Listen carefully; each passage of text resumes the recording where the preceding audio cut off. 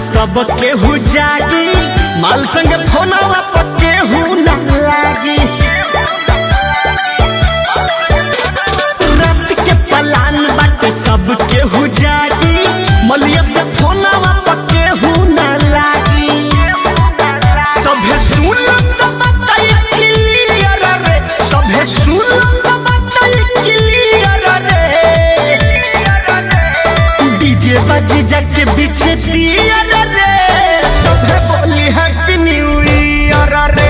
जे दारू न पिएला पी बियर रे, सभे बोली हैप्पी न्यू ईयर रे, सभे बोली हैप्पी न्यू ईयर रे।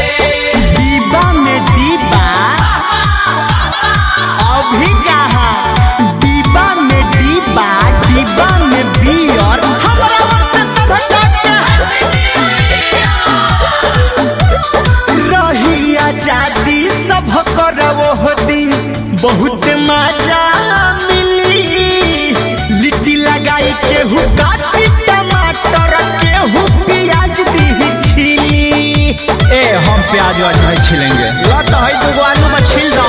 रही आजादी सब करवो हो दिन, बहुत मजा मिली।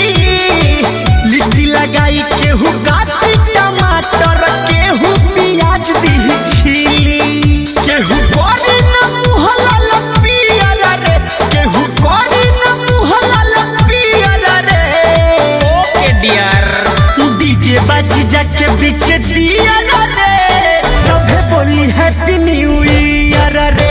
जे दारू न पिएला पी बियर रे, सभे बोली हैप्पी न्यू ईयर रे, सभे बोली हैप्पी न्यू ईयर रे।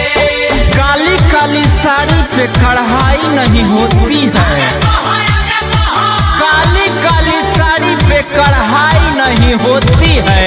आ नया माल आ नया साल के तैयारी में पढ़ाई नहीं होती है। गोलू बिशुनपुरी कहेले बतिया केहू ना भूलाई। केक कटाई और सेल्फी खिंचाई, फेसबुक पर डालाई।